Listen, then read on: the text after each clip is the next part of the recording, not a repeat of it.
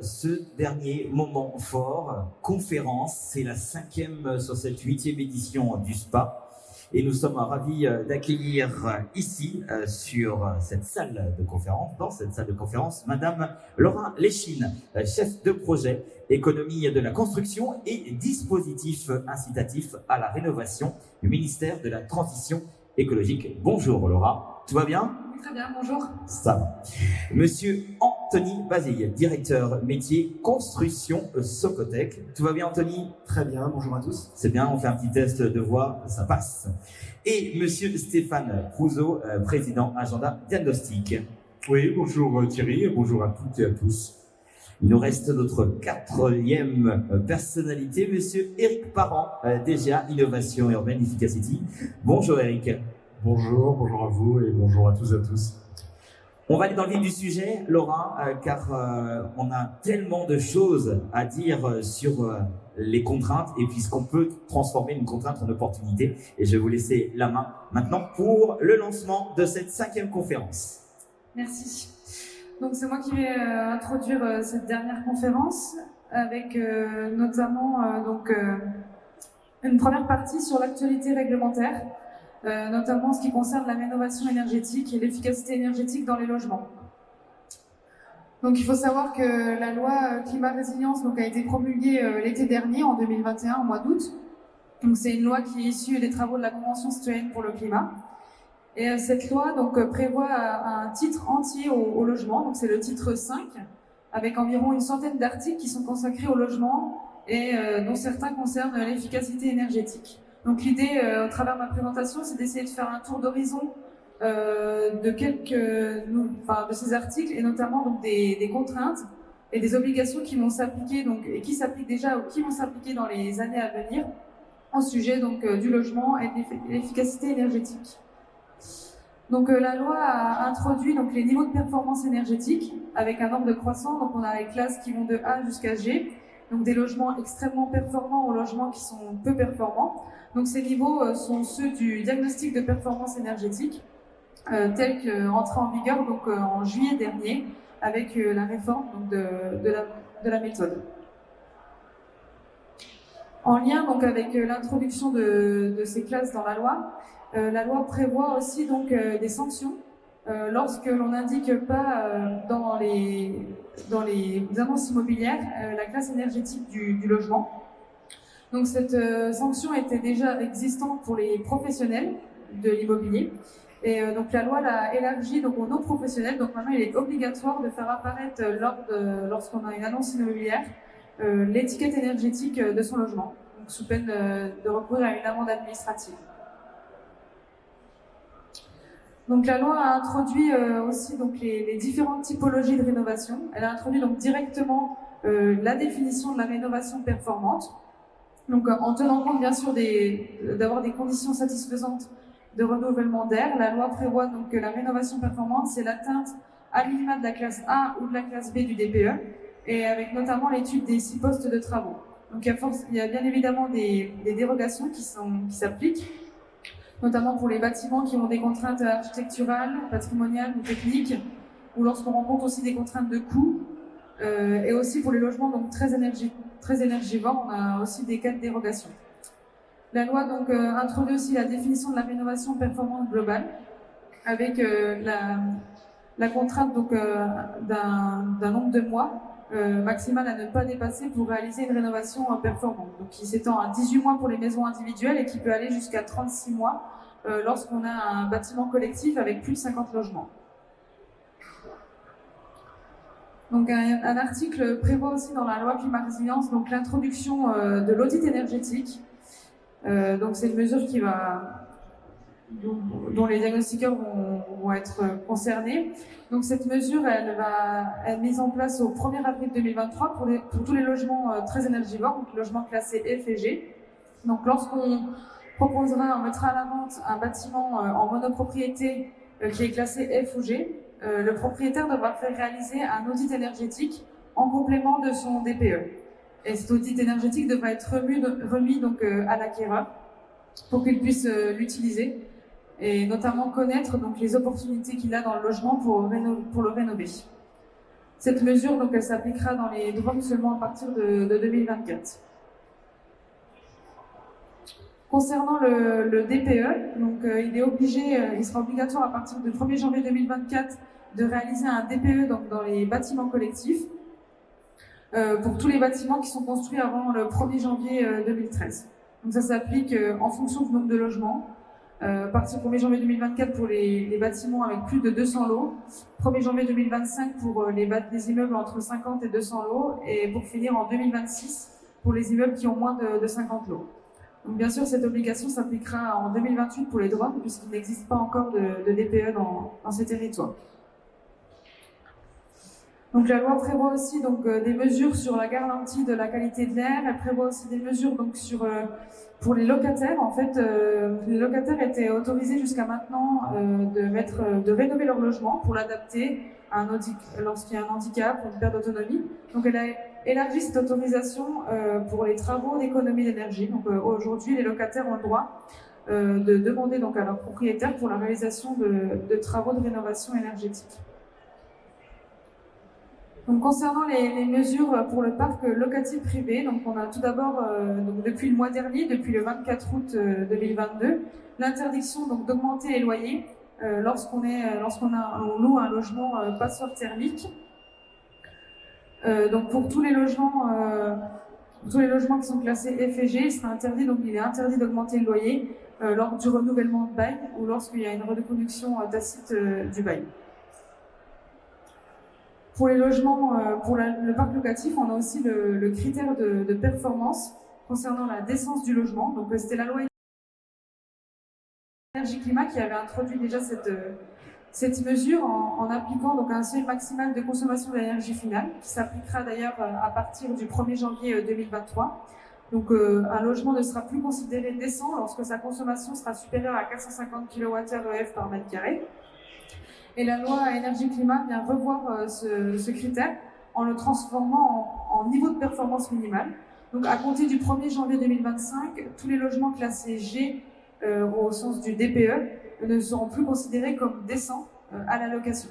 Et ça s'appliquera, donc ce niveau de performance sera étendu, donc on aura les logements F qui ne seront plus décents à partir du 1er janvier 2028, et ça s'étendra aux logements E à partir du 1er janvier 2034.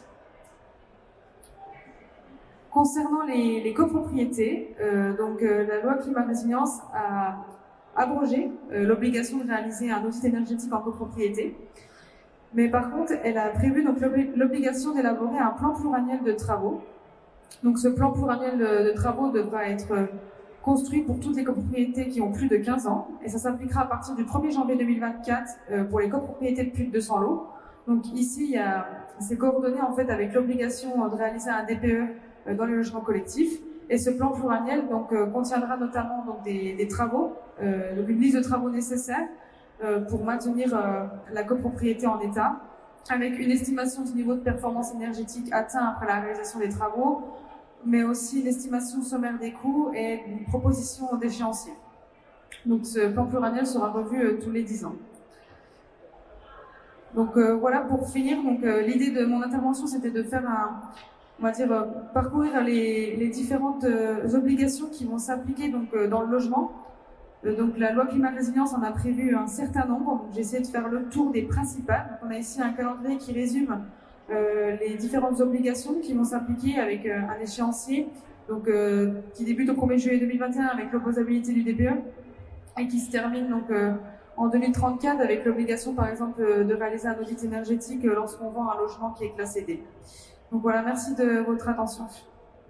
Merci beaucoup, Madame Laura Léchine, pour votre intervention. Et programme dense.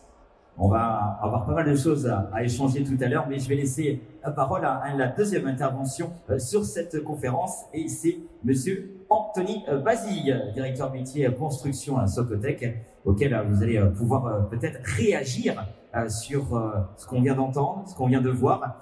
Vous avez différentes facettes, vous connaissez parfaitement le contrôle technique, les vérifications techniques, mesure aussi de la performance. Vous connaissez aussi la construction hors site, l'AMO. Je crois qu'on a pas mal de choses à dire avec ce qu'on vient de voir par cette intervention de Madame Laura Léchine. Oui, merci. Donc effectivement, je vais essayer de pas redire ce qui a été dit sur la loi climat et résilience. Donc l'idée, c'est de compléter sur le contexte réglementaire et l'actualité. Donc je vais partir de deux situations. Donc d'abord, je vais partir de la construction neuve et ensuite de la réhabilitation. Dans le cadre de la construction neuve, aujourd'hui s'applique la RE 2020 sur l'intégralité des opérations, par exemple de logement depuis le début de l'année, sur les bâtiments tertiaires ou les écoles depuis le 1er juillet, et puis les autres établissements vont suivre dans la foulée. Alors, vous me direz, mais il n'y a pas de diagnostic dans le neuf. Si, quand même un petit peu. Dans la RE 2020, on va avoir deux volets. Vous avez un volet énergie, donc efficacité énergétique, et vous allez avoir également une notion de bas carbone, donc vous allez devoir suivre le poids carbone de vos bâtiments. Alors, en quoi on va avoir un sujet autour du diagnostic dans ce cadre-là? Donc, j'ai vu qu'il y avait une magnifique conférence qui avait été animée sur le DPEMD. Et ben, dans le cadre de l'ARE 2020, dès lors qu'un maître d'ouvrage va s'engager dans du réemploi, le poids carbone des matériaux de réemploi sera considéré comme nul. Et ça va pousser évidemment à accélérer le sujet du réemploi. Aujourd'hui, c'était du diag déchets, on passe par des diag ressources. Demain, on passera par du DPEMD. Alors, on en fait déjà beaucoup, même si les textes sont encore en cours. Alors, la consultation se finissait mi-septembre, donc on aura une date d'application qui arrivera dès le 1er janvier a priori, avec une base, on va dire, claire, définie, pour laquelle on pourra évidemment tout mettre en musique. Donc, en tant que diagnostiqueur, vous aurez évidemment toute la légitimité sur cette activité-là. Dans le neuf, on va avoir aussi dans le cadre de l'ARE 2020 des dispositions qui existent aujourd'hui dans des labels. Par exemple, la qualité de l'air intérieur. Aujourd'hui, la qualité de l'air intérieur, elle n'était obligatoire que dans quelques typologies d'activités, les crèches par exemple, pour la petite enfance. Demain, dans toute construction neuve, dans toute réhabilitation, on garantira cette qualité de l'air, donc ça a été partiellement évoqué.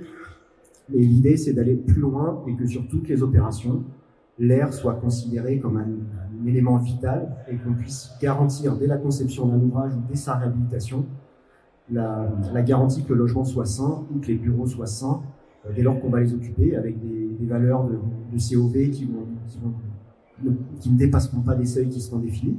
Donc ça va être un vrai volet intéressant. Donc dans le cadre de la construction neuve, on va avoir le réemploi, on va avoir la qualité de l'air intérieur qui va être primordiale.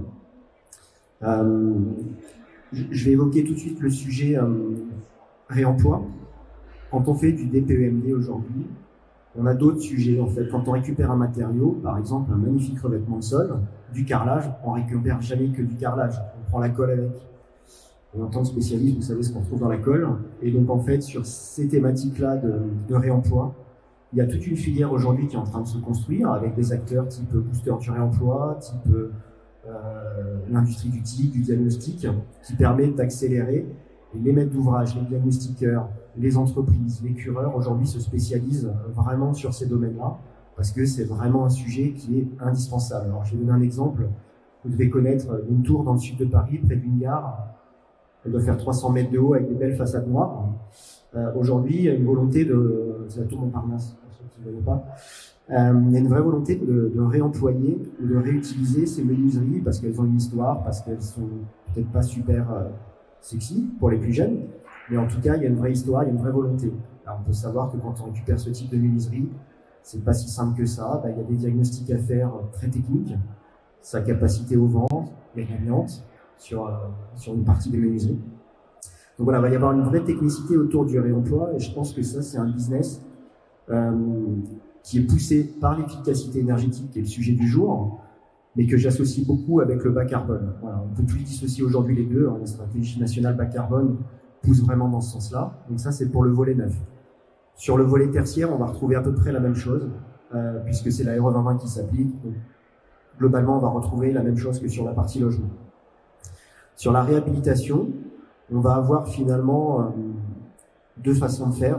Soit la contrainte, on en fait beaucoup en France, la réglementation, on impose des choses, soit des incitations de l'État, des subventions, type MaPrimeRénov', type C2E par exemple, qui sont par exemple sur le logement. Il n'y a pas d'imposition aujourd'hui, mais ça permet aussi de lancer dans des travaux. Aujourd'hui, ça passe par des DPE, ça passe par des audits énergétiques, pour pouvoir, notamment dans le cadre de la rénovation globale, qui sera dans la P5 là, qui est commencée depuis cette année, qui était un sujet qui a été poussé très fort et sur lequel on espère beaucoup. Donc la P5 par exemple en C2E va pouvoir permettre aussi de booster vos ventes. Et c'est une vraie opportunité. Voilà, cette P5, je pense que sur cette période de 3 ans, va vraiment donner beaucoup de business sur ces thématiques-là, et ça va concerner et les maisons individuelles, et les collectifs, et le petit tertiaire, et les collectivités. Donc ça, c'est le volet très incitatif, mais on retrouve également une partie réglementaire, donc qui est le décret tertiaire. Donc aujourd'hui, le parc français existant, alors une grosse partie est traitée dans le climat résilience, on a parlé des DPE E, F, G, qui d'ici 2025 seront interdits à la vente. Et ben c'est bien pour la partie logement. Le décret tertiaire va concerner lui la partie tertiaire. Il faut savoir que le parc existant aujourd'hui consomme, suivant les régions, entre 6 et 10 fois plus qu'une construction neuve, ce qui est quand même assez conséquent. Donc on va avoir toute une partie du tertiaire qui va être embarquée dans le dispositif-là, qui est un dispositif massif, avec des investisseurs, avec des propriétaires, qui vont s'investir pour, d'ici 2030, baisser leur consommation de 40%. C'est pas anodin, on est en train de voir aujourd'hui, avec les hausses des coûts de l'énergie, même quand on baisse de 3 degrés, ça fait pas 40% sur la facture, et donc ça va passer, cette partie-là, par des plans d'investissement lourds sur 10 ans. Donc on retrouve par exemple, alors je vais prendre un cas on a un décret tertiaire, nous, sur un patrimoine de 200 bâtiments en France, tertiaire.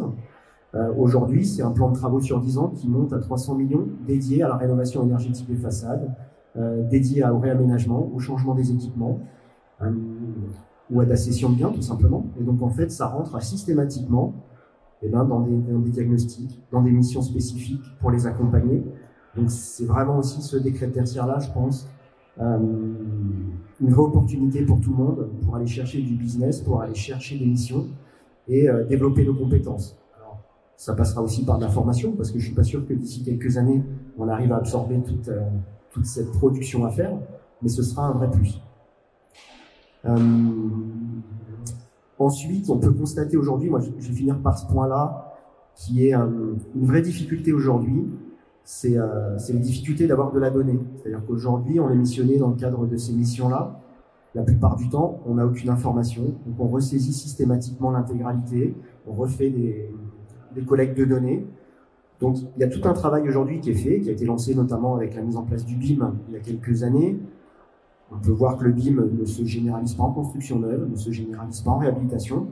En revanche, il y a une digitalisation de la profession qui est faite, pas forcément par de la maquette IFC, par d'autres systèmes, par d'autres pratiques, mais il y a toute cette partie-là qui est indispensable. C'est-à-dire que l'efficacité énergétique, elle se fera pas sans la digitalisation. Donc on peut le voir aujourd'hui, et je pense que ça s'accélérera encore. Donc je pense que nos métiers et vos métiers vont vraiment être impactés et à la fois par l'efficacité énergétique, mais également par la digitalisation de nos activités. Merci beaucoup, Anthony Basile, directeur métier construction Socotec. On va continuer les interventions avec Stéphane Prozo, d'Agenda Diagnostic, présent déjà depuis plus de 25 ans, déjà partout en France. Ça compte, on commence à compter, Stéphane, et près de 156 à 157 franchisés à peu près. Quel est Stéphane, ton regard déjà avec les deux interventions qu'on vient de vivre, et puis peut-être aussi, j'aimerais avoir aussi, on prendrait je dirais de l'avenir en même temps. Oui. Alors, je vais faire petite chose, Agenda Diagnostic, c'est 30 ans. C'est vrai, tu vois, j'avais dit plus de 25 ans, donc je suis pas mal. Voilà, 30 ans, puisqu'on est arrivé avant le diagnostic immobilier. Diagnostic immobilier qui a été créé par le fondateur d'Agenda, qui est Jean-Louis Amédéo. Voilà. Allez, revenons, et je vous propose un focus un peu différent, pour bien compléter. Et je vous propose qu'on parte, nous, de l'acquéreur d'un bien immobilier. L'acquéreur d'un bien immobilier, il achète aujourd'hui sur l'affect. Et sa grande motivation, c'est de dire comment je vais fonder ma famille, comment ma famille va grandir dans le bien immobilier que j'achète. Et 80% des travaux qui sont faits dans un bien immobilier sont faits pour l'esthétisme. Et d'un autre côté, on a deux objectifs, neutralité carbone en 2050 et dépollution et désamiantage. On va dire désamiantage, puisque c'est le premier élément, mais il y a des tas d'autres polluants du bâtiment.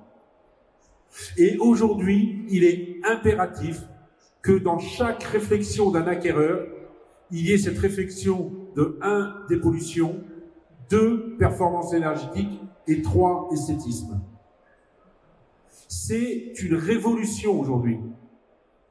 C'est une révolution pour les propriétaires, c'est une révolution pour les professionnels de l'immobilier et ça doit être une révolution pour les professionnels du bâti. Et alors, au point de départ de cette révolution, nous avons le diagnostiqueur. Parce que le diagnostiqueur, quand il fait ses diagnostics immobiliers, il dit il y a de l'amiante ou il n'y a pas, il dit il y a du plomb ou il n'y a pas, il dit il y a des termites ou il n'y a pas, et il va même plus loin puisqu'il donne au niveau de l'électricité ou au niveau du gaz, les principales pathologies. Et en plus de ça, on a le DPE avec l'identité de la performance énergétique.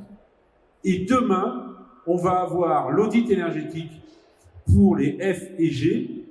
Et dans l'audit énergétique, on a non seulement les travaux, mais qui prennent en compte tous les travaux induits. On a là aujourd'hui, réellement, dans la réglementation française, une perle qu'il faut que l'on arrive tous ensemble à mettre en forme, à mettre en musique.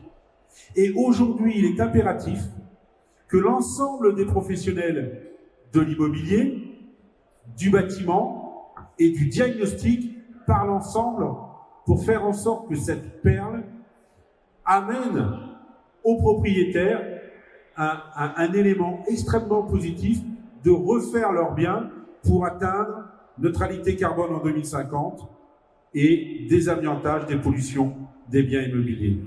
On a cette capacité de faire, il faut simplement que chaque professionnel croit en l'autre professionnel, ce qui n'est pas simple en France. Lorsque je comprends, on parle de désamiantage, de neutralité carbone, mais nos contraintes, l'idée de cette contrainte, c'est de les transformer en opportunités. Comment toi tu l'imagines justement? Si tu veux, aujourd'hui, nous avons des travaux à faire. Donc au départ, le propriétaire arrive en disant « je veux faire des travaux ». Donc l'opportunité, c'est de dire « puisque tu veux faire des travaux, il faut que tu penses à enlever l'amiante correctement, complètement, et pas en confiner un petit peu à droite et en enlever simplement 50%, 60%, voire à ne pas regarder l'amiante, ça arrive, hein, à recouvrir par exemple l'amiante. Et d'un autre côté, on a la performance énergétique. Donc c'est une véritable... Les deux éléments sont très onéreux. Passer un bien immobilier de G à C, et je ne vais même pas parler de A et B, c'est très onéreux. Désamianter un bien immobilier, c'est très onéreux. La vraie opportunité, c'est de se dire, on fait les 3 types de travaux en même temps. Esthétisme, c'est la première motivation du propriétaire. Dépollution, parce qu'il faut dépolluer, mais quelque part, il n'en a strictement rien à faire de la dépollution, hein, le propriétaire. L'amiante, il ne sait pas vraiment ce que c'est, puis il dit, bon, les gens ont vécu là pendant 20 ans, ils ont l'air en bonne santé, il n'y a pas de prise de conscience. Non, j'ai l'air de simplifier, mais c'est ça la réalité. Et deuxièmement, il y a la performance énergétique pour sortir de G et l'amener à C ou A ou B. Donc il y a une vraie opportunité d'avoir ces 3 réflexions dans un même élan de travaux. C'est ça l'opportunité, la vraie opportunité. On a quand même, je pense que tu vas être d'accord avec moi, même si tu dis que le propriétaire n'a pas cette prise de conscience aussi importante, l'acheteur, lui, l'a davantage. Non, le propriétaire acheteur. Le propriétaire acheteur aujourd'hui, il achète sur l'affect. Il achète parce qu'il aime un bien immobilier. C'est tout. Alors, si tu as des acquéreurs marchands de biens, par exemple, il achète pour faire une bonne affaire. Donc, il va dire un bâtiment, et c'est pas du tout un bâtiment G, je vais l'acheter beaucoup moins cher, je vais faire des biens et je vais multiplier le prix. Mais un acquéreur, je dirais lambda, propriétaire privé, il n'a pas la conscience au départ de la performance énergétique, il a simplement la conscience de l'affect. C'est ça le principal élément. Et l'agent immobilier, et encore une fois, c'est pas du tout une critique, il vend sur l'affect. Il te fait visiter le bien, il sait que pour les hommes, il vaut mieux présenter ça, pour les femmes, il vaut mieux présenter ça. Il sait que pour les familles, il vaut mieux présenter ça, pour les célibataires, il vaut mieux présenter ça. Il sait que pour les jeunes, c'est ça, et pour les vieux, c'est ça, etc. Mais il ne prend absolument pas en compte les polluants du bâtiment et la performance énergétique. Sachant que on va laisser la parole après avec Eric, le bas carbone qui si on est dans le domaine du réemploi, parce que c'est le cas, on peut aussi diminuer, parce que si on a un bas carbone assez haut, le réemploi peut permettre d'être nul, si j'ai bien compris. C'est ce que tu disais tout à l'heure, Anthony, sur cette nuance en fait. Quand tu reçois une efficacité énergétique, quand tu as le bas carbone, c'est un volet important. Donc le réemploi peut aussi contribuer à une meilleure vente si on parle de ce sujet. Alors, je vais laisser bien sûr Anthony réagir, parce que moi, à mon niveau, je ne suis dans un premier temps, on n'est pas dans le réemploi. Le réemploi, c'est la conséquence, c'est la façon dont le professionnel du bâtiment, derrière, va traiter tel ou tel élément. Le propriétaire, excusez-moi, il s'en fout du réemploi.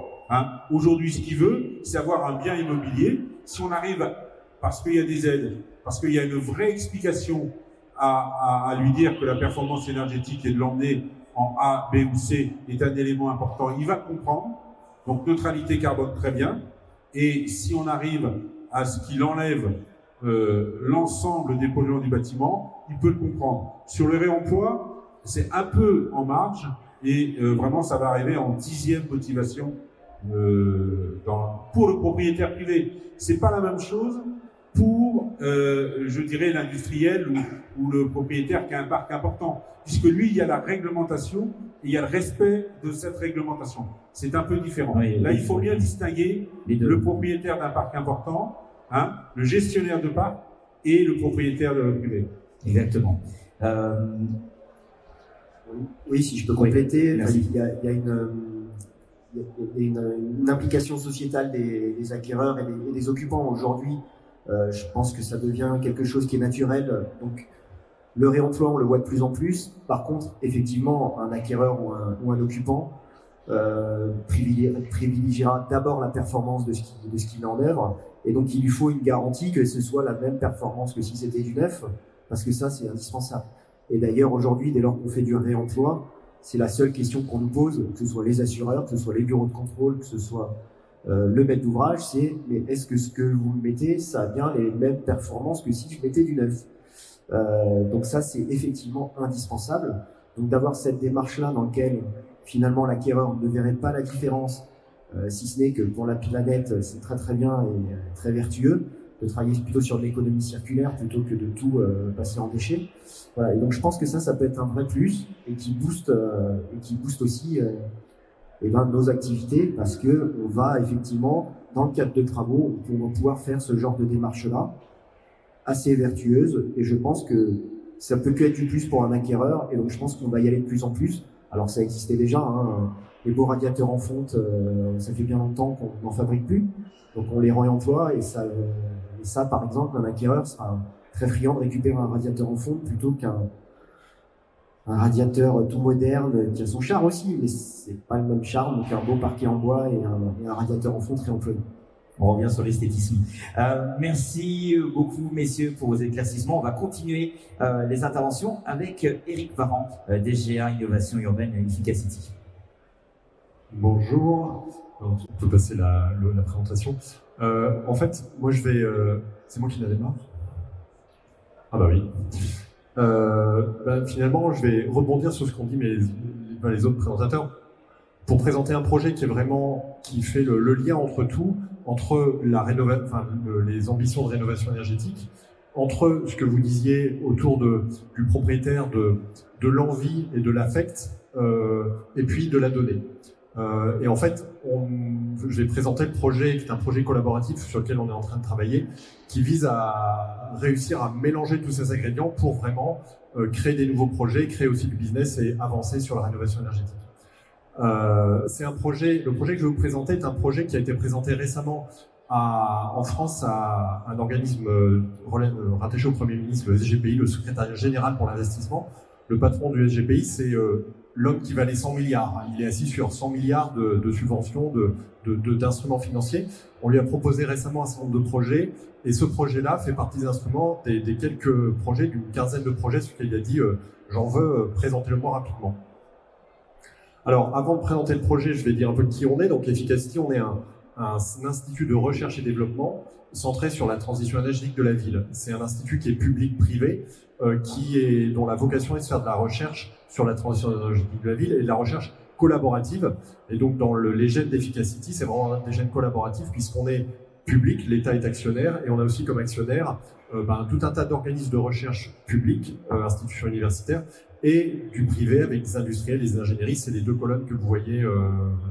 Et puis on fait partie d'une grande famille qui est celle de ce qu'on appelle les instituts pour la transition énergétique, qui sont toutes le logo que vous voyez sur la droite, qui sont d'autres instituts publics privés qui font de la recherche collaborative. Voilà, et donc le projet Faster 4 est un projet qui, je vais présenter. Alors, on ne va pas reprendre ce qui a été présenté, l'urgence de la rénovation énergétique, le gap terrible, le gap impressionnant à monter sur les rénovations à faire. Aujourd'hui, on en fait 150 000 partiels et il faut en faire 500 000 au minimum global par an, voire 700 000. Et en fait, donc il y a plein de freins pour réussir ce challenge massif. Et parmi ces freins, on a besoin vraiment de lever tous les freins et de faire appel à tous les gisements de productivité possible. Et il y en a deux qui nous semblent des leviers majeurs. Le premier, c'est celui que vous avez évoqué, qui est la question de la donnée. Aujourd'hui, on a un gisement massif de données, qui est toutes les données qui sont collectées par tous les diagnostiqueurs, qui, jour après jour, diagnostiquent et créent de la donnée. Et au fond, ces données, elles arrivent écrasées dans un PDF qu'on va donner aux propriétaires. On a perdu une capacité énorme de collecter, de faire quelque chose de ces données. Et puis il y a une deuxième source de productivité énorme, qui sont les diagnostiqueurs, qui font partie des gens qui sont les professionnels de ce salon, entre autres, et qui cherchent des leviers pour aller plus loin dans leur valeur ajoutée, et pour lesquels on pense qu'il y a vraiment une valeur ajoutée supplémentaire pour ce métier, pour aller plus loin que le diagnostic et aller plus loin vers le passage à l'acte, à la rénovation. Vers le passage à l'acte, c'est-à-dire donner envie aux propriétaires. On parlait tout à l'heure les gens, ils achètent un logement et ils font des travaux pour le plaisir, pour agrandir, pour faire de place pour le petit. Et en fait, ce qu'on cherche, c'est à embarquer de la rénovation énergétique. Voilà, et donc le projet, ça consiste, alors c'est un peu, je vais dire après ce que ça veut dire, créer une solution numérique interopérable de référence. Numérique, ça veut dire on va partir de la donnée, faire quelque chose avec de la donnée. Interopérable, ça veut dire ces données, on va pas les prendre que pour nous, on va chercher à les partager, à les rendre utiles pour tous les acteurs. Et puis de référence, parce que on veut que ce soit quelque chose qui serve à tout le monde et qui soit pas, qui soit vraiment de référence, c'est-à-dire que tout le monde utilise. Voilà, deux leviers clés, j'en ai parlé, numérisation et les diagnostiqueurs, et les objectifs, donc susciter l'envie, faciliter les travaux, c'est ça qu'on cherche à faire, et au travers et aussi permettre à tout l'écosystème d'en bénéficier. Et on veut permettre à terme, 500 000 logements, de bénéficier de ce projet, je vais en parler. Alors, qu'est-ce qu'on veut faire? En fait, c'est qu'on veut améliorer la production des données et surtout les rendre ce qu'on appelle utiles et intelligentes. Utile, ça veut dire ces données qu'on capte, on veut les mettre à disposition des professionnels pour que toute la chaîne de valeur puisse monter en gamme sur ces prestations. Et on veut la rendre intelligente parce que la donnée, en général, on la capte, elle est brute, et on veut l'enrichir, et on veut non seulement l'enrichir avec des sources sélectionnées, mais en plus l'améliorer avec l'intelligence artificielle. Et cette donnée, qu'est-ce qu'on va en faire? On va en faire deux choses. La première, c'est qu'on veut, sur le front office, faire une sorte d'interface qui donne envie aux propriétaires de rénover. On a plus envie de rénover quand on voit une belle interface 3D qui nous montre le logement qui pourrait être demain, où on peut cliquer, on peut se balader dedans. Ça donne plus envie que quand on voit un plan d'architecte ou quand on n'est pas spécialiste, on ne comprend pas forcément grand-chose. Voilà, donc on pense que ces données, elles peuvent nous servir à faire ça, c'est le front office. Et puis en back office, ce qu'on veut, c'est justement que cette donnée, elle puisse être travaillée, enrichie et partagée avec beaucoup d'acteurs, je vais en revenir après. Et enrichir et partager avec les acteurs, c'est vraiment nourrir toute la filière. Voilà, donc pour reprendre cette donnée, on pense qu'il y a tout un travail pour augmenter, enfin capter cette donnée, la capter notamment au travers des opérations de diagnostic, enrichir cette donnée. Aujourd'hui, il y a tout un tas de bases de données qui existent qui permettraient d'enrichir cette base. Il y a les bases de données qui viennent des énergéticiens, il y a les bases de données qui viennent de l'ADEME, il y a des bases de données qui viennent d'un certain nombre d'endroits, même d'historique de rénovation énergétique qui pourraient être injectées dans ce diagnostic de la maison de Monsieur Dupont, de Madame Durand, pour la rendre enrichie. Et une fois que cette donnée existe, on voudrait la partager avec l'écosystème parce que rénover un bâtiment, c'est faire intervenir ensemble tout un tas d'acteurs qui, comme beaucoup, travaillent chacun dans son silo, alors qu'en fait, ils ont tous besoin de la même chose. Le propriétaire, les professionnels du bâtiment, les industriels, tous ces gens qui sont indiqués sur la diapo, tous ont besoin de la même donnée, et plutôt que de repasser chacun son tour et de refaire 5 fois la même chose ou 10 fois la même chose, on pense qu'il y a vraiment un gisement de productivité si on la capte une fois, qu'on l'enrichit, qu'on la partage et que tout le monde peut en disposer.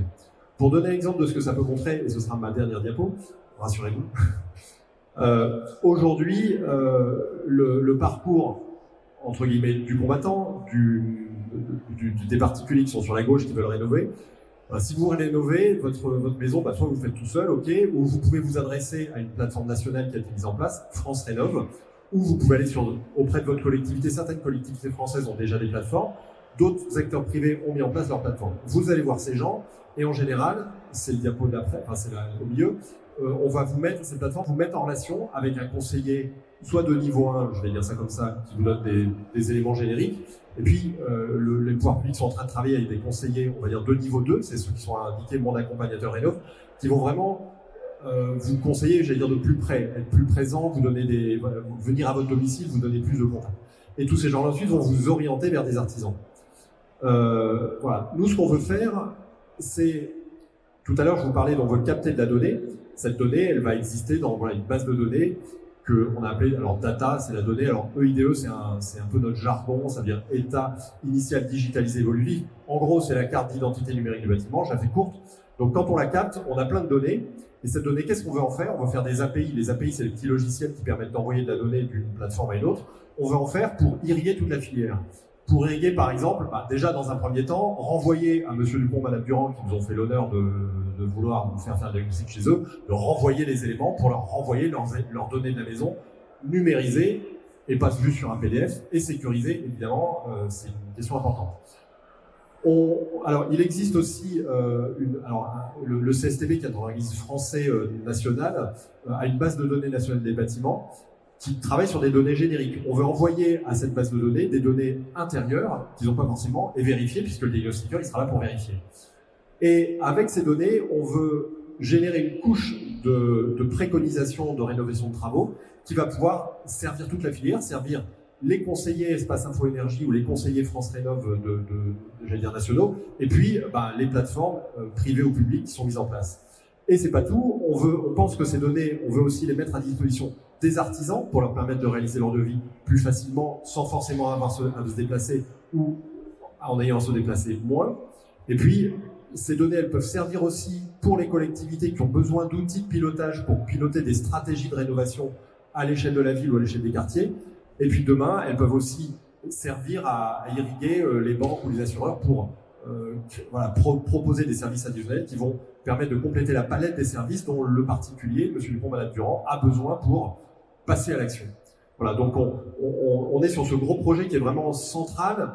Aujourd'hui, tous les acteurs nous disent, mais la donnée, c'est un point vraiment bloquant du système. Donc on veut quelque part craquer cette donnée, mais on veut pas faire juste un projet, je vais dire, juste numérique. On veut certes avoir la couche numérique que personne ne va voir, mais nous, tout le monde va se servir. Mais on veut aussi, et je reviens et je terminerai là-dessus, avec cette donnée, en faire une interface qui soit séduisante, qui donne envie et qui fasse que le propriétaire va passer de « Oh, les travaux, c'est pas mal, mais je les ferai peut-être demain » à « Ah ouais, les travaux, c'est intéressant, c'est sympa, ça a l'air bien, j'ai envie de le faire, allez, j'y vais. » Voilà. Et donc, on veut permettre à 500 000 propriétaires à terme de, tous les ans, faire ce basculement pour aller vers la rénovation énergétique du bâtiment. J'ai terminé. Merci Eric, comprendre, identifier, suivre et piloter, j'ai compris les phases d'étape. Et est-ce que tous les acteurs sont prêts à partager leurs données aujourd'hui? Il y a une prise de compte, enfin, il y a une conscience de tous les acteurs qu'on a un sujet sur la donnée qu'on ne pourra pas faire sans. Alors évidemment, chacun aimerait, voilà, la donnée c'est le pouvoir, chacun aimerait avoir sa donnée que à soi. Ben, je pense qu'il faut dépasser ça et réussir à trouver les conditions qui vont permettre de, en premier lieu d'ailleurs, Monsieur Dupont-Blanc, c'est quand même leur donnée, c'est à eux, enfin en tout cas c'est loger leur bâtiment, c'est à eux, in fine, qu'il faut convaincre en premier de bien vouloir mettre à disposition ces données. Donc ça fait partie de notre projet de travailler avec les particuliers et aussi avec la filière pour comprendre c'est quoi les bonnes conditions, qu'est-ce qu'il faut anonymiser, qu'est-ce qu'il ne faut pas anonymiser, comment on le fait, c'est quoi les garde-fous, qu'est-ce qu'il faut sécuriser. Voilà, ça c'est un des volets de ce chantier. Alors il y a plusieurs lots, hein, quand on fait un projet comme ça, il y a beaucoup d'ensemble. Le volet données, sécurisation et droit est un des aspects qu'on devra craquer collectivement. Exactement. Stéphane, je crois que tu voulais réagir. Oui, pour moi, il y a deux éléments. Il y a la propriété, et vous avez très très bien décrit à l'instant, et puis il y a le format. Aujourd'hui, un des gros problèmes, dans le neuf, le format est quelque chose d'assez simple. Par contre, dans la rénovation, le format est quelque chose de très compliqué. Et le format des données, par exemple, aujourd'hui, nous n'avons pas réussi encore, au niveau du diagnostiqueur, à pouvoir envoyer des données, je dirais, à un certain nombre de personnes, parce que le format on n'a pas un format commun. Donc, il va falloir travailler sur le format aussi de cette donnée. Et puis, un format unique, en fait. Oui, un format qui soit lisible par les personnes qui vont mettre en œuvre par la suite. Parce que nous, le diagnostiqueur fait un constat. Donc, il a des données de constat. D'abord, ça n'est pas complet, entre guillemets. Je n'ai que le visible, dans quelques cas des sondages, mais dans quelques cas uniquement, mais je n'ai pas toute la donnée derrière le constat. Donc voilà, ce sont des éléments sur lesquels il faut travailler. Je ne dis pas que c'est impossible, bien entendu. Je dis que c'est aussi des éléments au niveau initial sur lesquels il faut travailler. Eric? Oui, cette question, elle est clé, elle fait partie des questions clés. Et je pense que le consortium qu'on a monté pour monter ce projet, qui est un consortium, alors je vais essayer d'y revenir, c'était la donnée du début. Voilà, on voit ici les membres du consortium, donc ITGA, que vous connaissez bien, qui est le directeur majeur du salon. Et puis, en fait, on s'est associé avec 3 acteurs qui sont très complémentaires. Le CSTB, qui est un institut, enfin qui est un centre un établissement public français qui est spécialisé sur la technique et la technologie du bâtiment. Ils ont un tas de gens qui font un tas de R&D amont et appliqué depuis longtemps sur ces questions du bâtiment en général et de la donnée en particulier. Mais au fond, c'est un institut de R&D. Et la R&D, on est dans un temps long et on n'est pas forcément très opérationnel tout de suite. Et ce qui est intéressant, c'est de s'associer avec un acteur de terrain, ITGA, qui lui-même il travaille de façon très proche avec les gens encore plus de terrain qui sont les mondes du diagnostic, parce que c'est le terrain qui va nous permettre de comprendre, d'avoir des retours terrain justement, et qu'on fasse à la fois des retours terrain, et puis d'accélérer le terrain. Il ne nous dit pas, ouais, moi je veux faire un projet de R&D pendant 10 ans. Non, le terrain, il dit, moi j'ai mon chiffre d'affaires assuré pour la fin de l'année, j'ai mon client qui me demande un truc, je vais augmenter ma valeur ajoutée, il faut le faire tout de suite. Donc voilà, on pense que ce mélange, cet ensemble collaboratif peut nous permettre de faire émerger le meilleur de l'ensemble. On va passer peut-être que tu voulais rajouter quelque chose. En train compléter. Effectivement, on peut voir des centaines et des centaines de plateformes aujourd'hui qui se créent parce que la filière n'est pas mature en fait. Je reprends l'exemple du réemploi. Donc le DPMD a été décalé pour plein de bonnes raisons au fil du temps et on retrouve des centaines de plateformes qui recensent, qui gèrent l'offre et la demande notamment, mais aussi qui capitalisent toute la donnée des matériaux, la traçabilité et la logistique. Je pense que cette donnée-là, elle doit effectivement être gérée. Donc le CSTB va imposer notamment sur le DPMD le fait de devoir saisir une partie des éléments pour pouvoir les partager. Je pense que ça peut rentrer dans ce cadre-là. Alors ça peut paraître assez ralentissant parce qu'on a beaucoup de données à saisir, beaucoup de données à remplir, mais si on passe pas par cette phase-là et que ce n'est pas imposé par une plateforme finalement qui soit une plateforme d'État, ça ne permettra pas d'aller aussi vite. Donc je pense par exemple sur le DPMD, dès lors qu'on aura une plateforme sur laquelle on pourra venir mettre toutes ces données-là, avec des formats qui soient définis, type IFC ou autre, avec une arborescence dédiée, je pense qu'on va aller très très vite et qu'on rattrapera tout ce qui n'a pas été fait. Et on voit bien qu'il y a une demande, vu le nombre de plateformes et de démarches d'entreprises qui sont lancées. Oui, Eric. Oui, je pense que sur cette question, on a, par rapport au CSTB à l'État, qui peut parfois effectivement ralentir, cette question qui est importante, on en reparlait avec c'est le tiers de confiance. Les plateformes privées, elles ont plein de mérites, elles ont un inconvénient souvent auprès des particuliers, c'est que est-ce que j'ai confiance en lui, quoi. Et la présence d'un acteur d'État peut être de nature à rassurer, à dire ok, si c'est géré par l'État, ok, alors dans ce cas-là, j'ai plus confiance. Oui, puis il y a là aussi la propriété de la donnée, c'est-à-dire que dès lors qu'on a une imposition de mettre en ligne sur le site du CSTB cette donnée-là, il n'y a plus de cette notion de propriété de la donnée. Je vais prendre mon cas personnel, 99% de la donnée que je gère chez Socotec, c'est pas la mienne. C'est mes clients qui me la donnent. Voilà, c'est pas ma donnée. Donc partager une donnée qui est pas la mienne, ça me paraît compliqué en termes de responsabilité et de droit. En revanche, si c'est imposé par une démarche et par un organisme type CSTB, il n'y aura pas de débat, il n'y aura pas lieu à la discussion et je pense que ce sera un vrai plus aussi.